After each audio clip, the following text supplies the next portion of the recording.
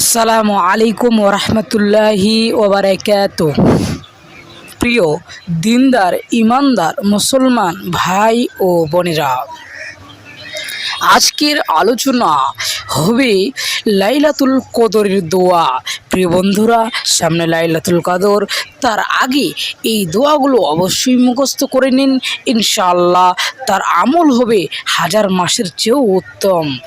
তো প্রিয় বন্ধুরা, লাইলাতুল কাদির খায়রুম মিন আলফি শাহর অর্থে শবে কদর হলো 1000 মাস অপেক্ষা শ্রেষ্ঠ। এই রাতটি যারা পেল এবং আমল করলো না, তার মতো বোকা আর কেউ নেই।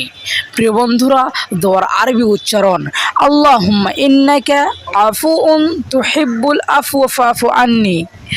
এর বাংলা উচ্চারণ আল্লাহুম্মা ইন্নাকা আফুউন তুহিব্বুল আফওয়া ফাফু আন্নি।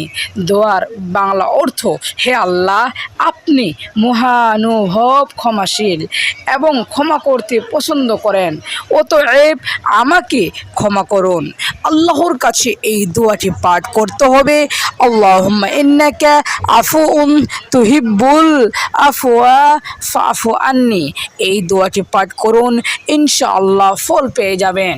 অন্যান্য দোয়া লাইলাতুল কদরের রাতে আল্লাহর দরবারে বিপদ আপদ থেকে মুক্তি, ইহকালীন শান্তি ও পরকালের মুক্তির জন্য বিশেষ দোয়া করা উচিত।